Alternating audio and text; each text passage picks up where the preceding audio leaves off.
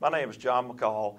I'm an optometrist. I'm one of the original 4 that started Vision Source, which is really going to save private practice optometry. Right now I serve as Senior Vice President of Vendor Relations for both Vision Source and Smile Source. Let me draw some correlations between these two professions right now.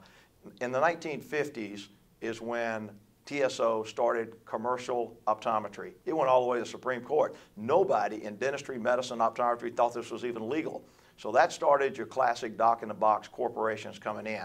We're very mature. We've been doing this for 60 years. We understand how to fight this, how to combat this. It's new to dentistry. You don't. But let me tell you the differences. When it started with us, average debt of a student coming out of optometry school was not that much. So it had a slow attrition and effect on private independent optometry. Now, the debt coming out is about $150,000. So now a student coming out of optometry school is looking over there going, maybe I should go this corporate box instead of private independently.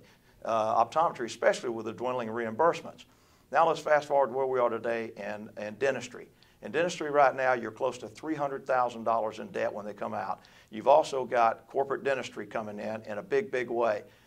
If I was a young dentist coming out right now, private independent dentistry, hard to get patients, competing over here, I think I'd go with a big box, and that's what's happening. So there's 3 things that are going to happen in dentistry. Number 1, you're going to join an alliance, like Smile Source.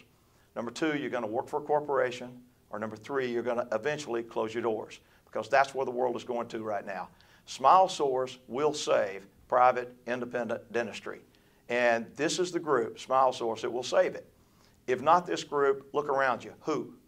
Who else is going to save private independent dentistry? And also, if not now, when? Because it's happening fast. It's a mature market. Your students are coming out in debt. Our students are coming out in debt. Let's also go back to the 50s.